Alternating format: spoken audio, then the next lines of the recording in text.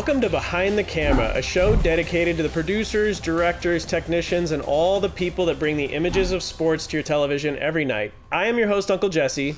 On today's show, I welcome in Mike Novak, better known as Buddha. He's a camera operator in Minneapolis. He's done every kind of sports. He's done politics. He's done racing. Welcome into the show.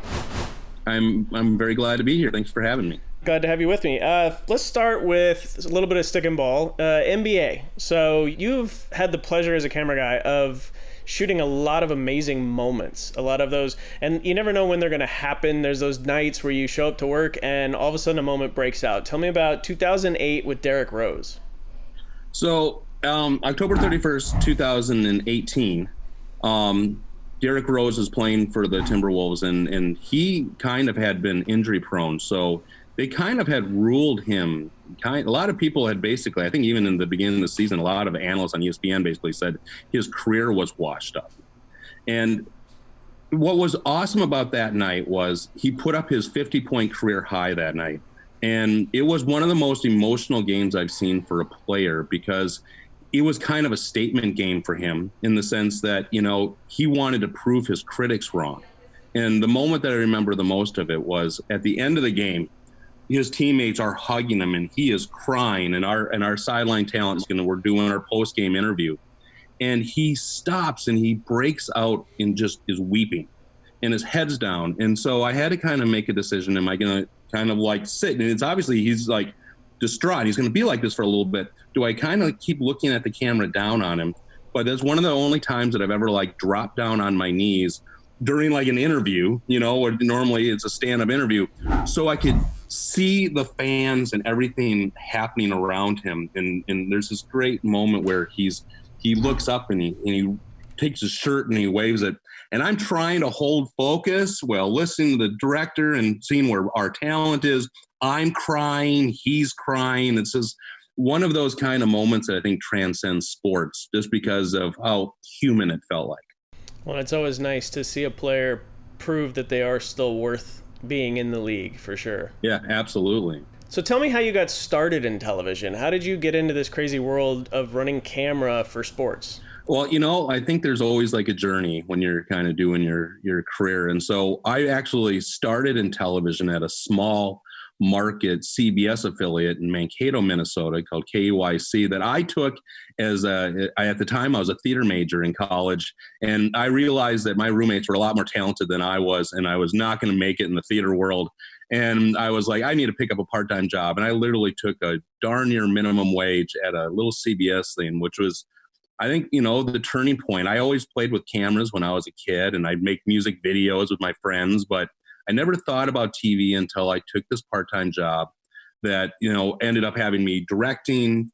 You know, you did everything in those small market stations. I was the director, the technical director. I would do graphics. I was horrible at graphics, audio, you name it. And then I ended up leaving TV because it paid so little. And I got my nickname Buddha actually when I was a server at Red Lobster because it paid far better money than television did. But one of the guys that I worked with at KYC said to me, you really should go to St. Cloud State. If you're thinking about you wanting to be in TV, you should go to St. Cloud State. And I have to say that was the greatest decision that got me into my television career, because at St. Cloud, we have a really strong, we're almost like a Division I football fans. We're like, you know, Division II broadcasting school super fans. And we went to St. Cloud State as part of Husky Productions. And I'm lucky to be part of a very strong lineage of people that we've all been working in our career with each other ever since. So myself, Clay Matvick, who's a talent with ESPN, Matt and Lisa Gangle. Matt's made it all the way to the very top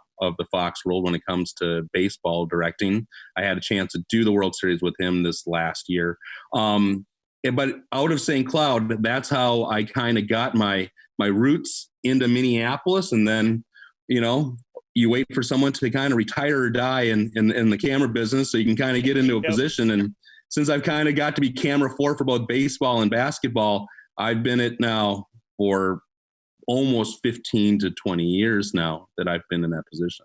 Yeah, it's amazing. I was just down the road from you. I started at KVRR in Fargo, North Dakota. Same thing, did graphics, directed a sports show on the weekends. You do a little bit of everything, which is great, though, because you actually learn our craft. So your first show doing handheld, you've been running camera for a while, but the first time you run handheld for hockey, and hockey up high is pretty fast. It's a really fast sport. I don't think TV doesn't do it justice. You don't realize how fast the sport really is, but it's really fast in the corners. What was that experience like for you? So I had been doing racing, because they're really, when you're a utility, baseball season comes around and there's like one utility on a baseball broadcast. So we would go off and do a whole bunch of racing during the summers. I would travel with what started as Speed Vision to Speed, would kind of take me away all summer. So the very first inaugural season of the Minnesota Wild, I was still on the road when their season started. I was wrapping it up. So I had done maybe one game where I think I was like maybe a slash camera. So I'd seen the arena, but my first handheld NHL hockey game was when the Minnesota Wild played the Dallas Stars for the first time, which was a retribution game in the state of Minnesota. Since the Stars had left to go to Dallas, I mean, the Norm Green sucks chants had been pretty strong for a long time. And that night kind of started with Neil Broughton kind of coming out to do the Let's Play Hockey, and he's wearing his classic Stars jersey, and he rips the jersey off to show that he's wearing the Minnesota Wild jersey now. And the crowd goes insane, right? And so it was already a pumped up game. But then you add the fact that we beat that team 6-0, 4 goals on my side that one, which is nerve wracking when you're already trying to, kind of get your feet wet shooting a really high speed sport, but then like louder and louder and louder. And I remember at the end of the game, for almost a good portion of the third period, this Eddie chant was going on because Ed Belford, who had been now coughing up all these goals, they were basically, it was like the whole stadium was like a gigantic student section, kind of ripping on like the sieve of a goalie with Eddie.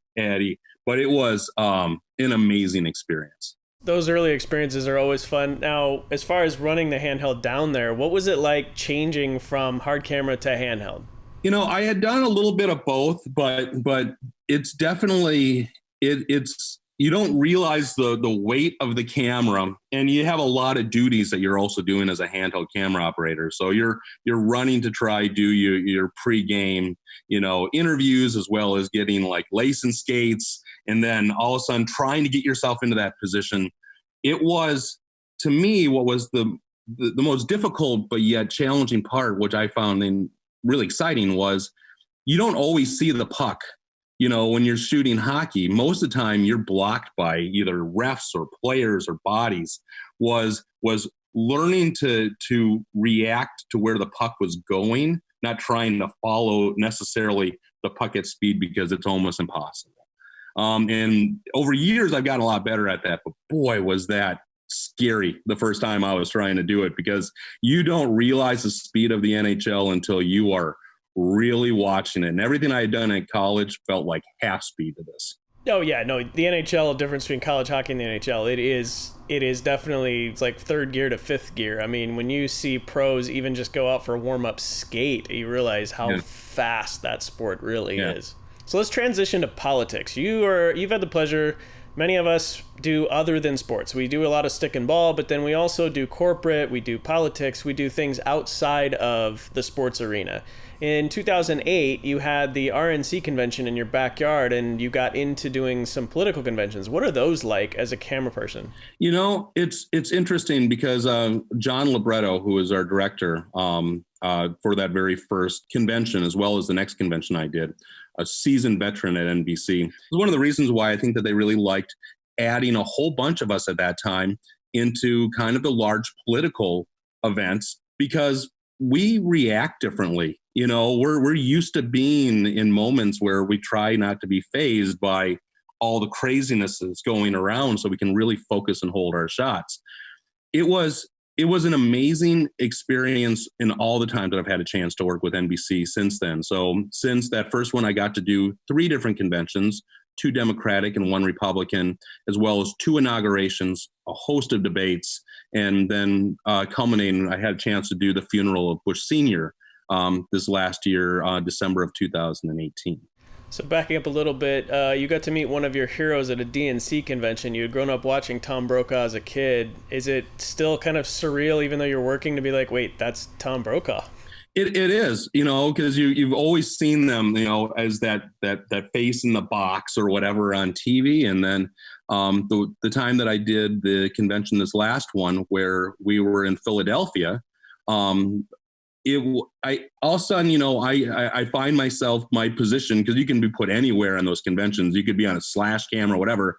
I'm the fourth camera in the NBC network suite, so it's like main guys out in New York, and then this freelance guy out of Minneapolis. So I got to be like his single shot and shoot nightly news and Saturday Night Live, and then like literally talk politics with the guy that you used to watch as a kid. And it felt like, starting like in local news, to like find yourself, in that kind of level of, Democratic convention primetime coverage was, I remember all of the almost horribly busy election nights we would do on the local side to kind of hit that level. It was amazing. I can't imagine those conventions. They've got to be just crazy, but it is in some respects like sports. I mean, for me, I'm a Giants fan, but when I'm doing a ball game, I'm working for the Diamondbacks, so there are no fans. We're doing television. So I imagine for the conventions, it's similar. I mean, you guys, doesn't matter what your politics are, you're still covering the event for the team that's putting on the event. Yeah, and telling the story for the network that's telling it, and it gives you lots of access, especially when you're the host for the pool feed. So almost in every one of these, not only are we like doing the NBC shows, but in those situations, we're generally the pool feed, which means that we're every network. So that's the reason why when you're watching something and you see basically the same show on like 5 different networks, CNN, CBS, Fox, all of them, that's coming out of that same one truck that then the networks are putting stuff on top of. So you're kind of, if you think about one polarized network being this kind of view and this one, really when we're the pool feed, we're feeding both of those the same show. And then they put their spin on it. You're just creating TV like a world feed would be in a soccer game or something like that. Yeah. Now, we don't always shoot happy moments. There are sad moments. It was 9/11 in our sport, and that shut us down. Right now, we're coronavirus, and we're shut down, and we're hoping sports comes back. But there's also sad moments in politics, and you got to cover the Bush 41 funeral and had an interesting moment that was unexpected. Tell me about that. I was doing an NBA game. And I do a little bit of E&G shooting in Minneapolis as well. So I'm doing an early shoot around sound prior to, then kind of starting to set up the truck for the game that night. And I get a call that says, hey, can you be in Washington at like 10 o'clock tomorrow morning? Because Bush Sr. has passed away, and there's a protocol that just instantly goes into motion of how a president lies in state. And a whole bunch of the people in Washington that I've loved to work with over the years, they're all out of the country because I believe the G20 summit was going on. And so they had to get a crew in right away. So I had a chance to go there. We set up. I had a chance to be the camera that was like, it was pretty much myself, the military, a large military band, and the family when the casket arrived. And I got to see, a casket basically go eye level where I'm seeing the soldiers take them across and then up the steps and in. But so they're lying in state for a couple of days, but I have the pleasure of having had the moment of being one of the only camera guys to ever see a president touch the casket of another president who was his father in the Capitol Rotunda. And that almost did not happen because we would basically kind of man the cameras from like around 8 o'clock in the morning to like 6 or 7 o'clock at night, kind of the prime time. Then we kind of lock the cameras off for the overnight. So we were pretty much done with our day, and we're walking down the hill to head to our hotel, and people are leaving to get in their cars. The director who does Meet the Press, Sarah, is walking to her car to head out when screaming out of the truck is one of the producers saying, come back, the Bush family's on their way, come back.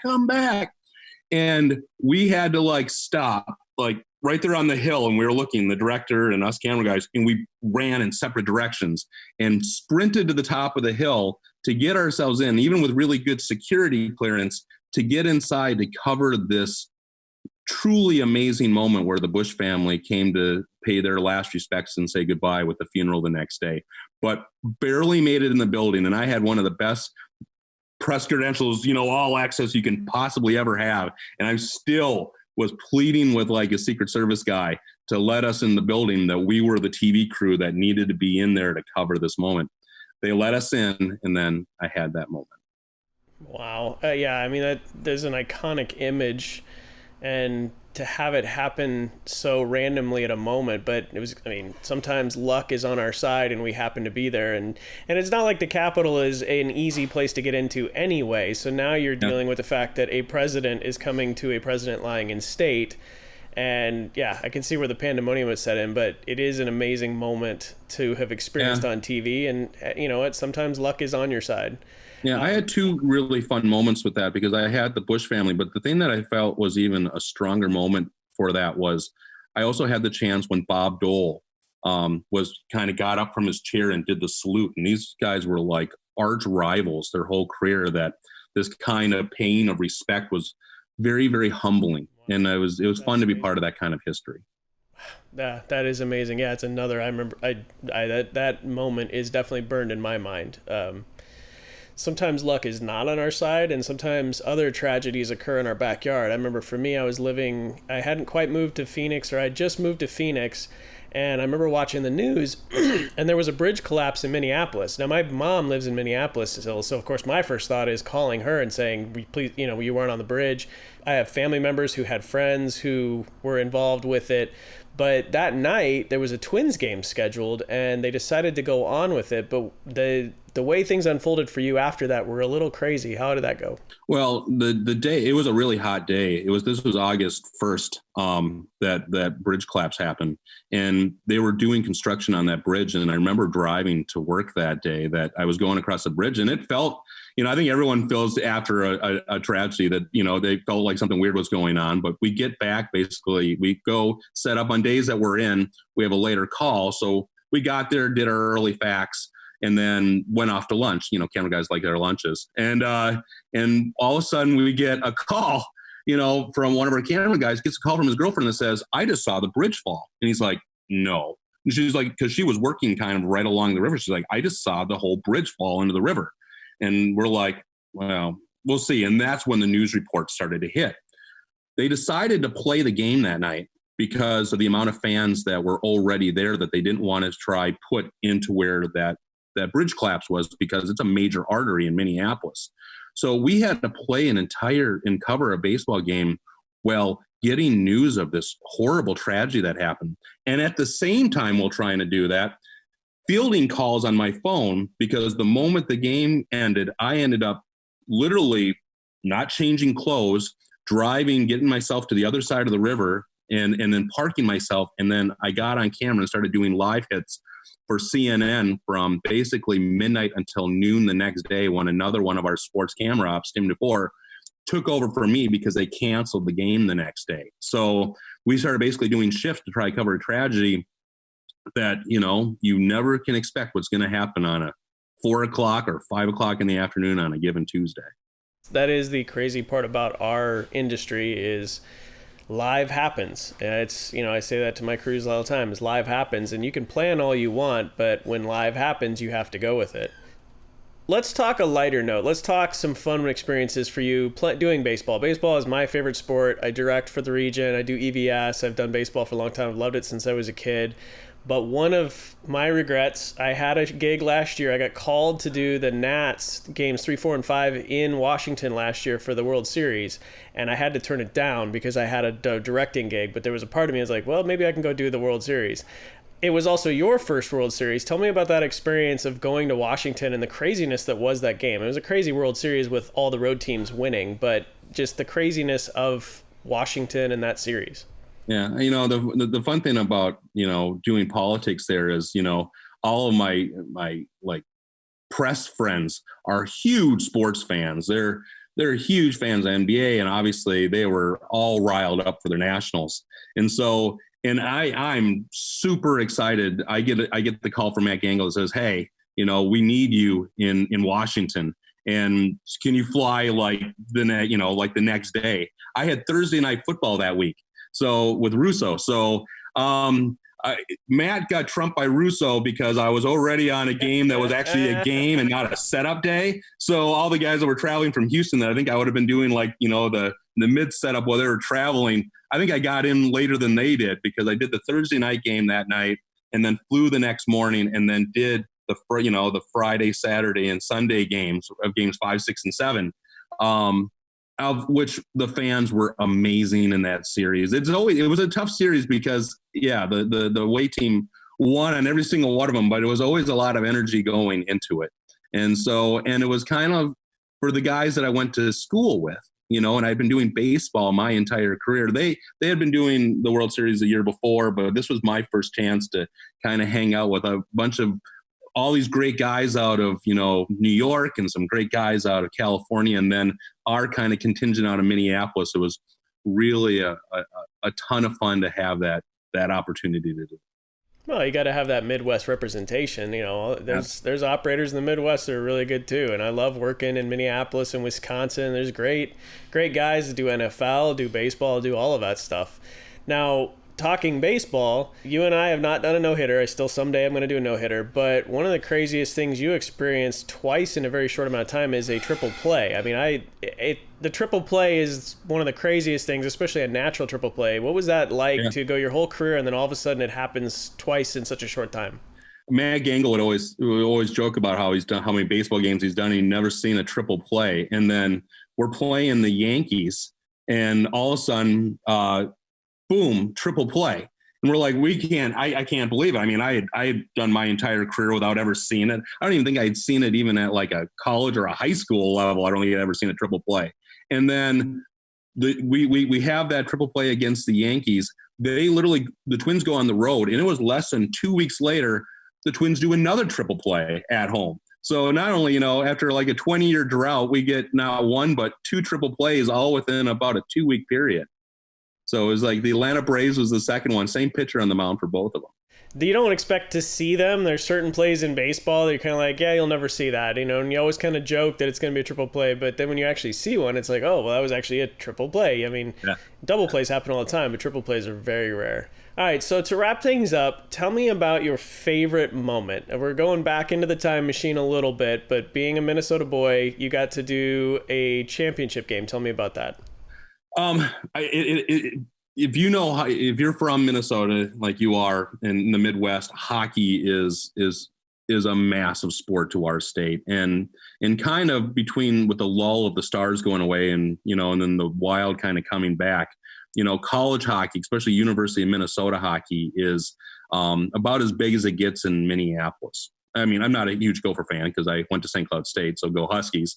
But my first job right out of college, though, was I got tapped to be the producer for AM 1500 for the radio coverage for the Gophers for a couple of years. And so that's actually where I think I really learned the game even more so than when I used to kind of cover it at St. Cloud. Was I used to sit down with Doug Woog, and we would do all the mic him up kind of pregame sound and stuff.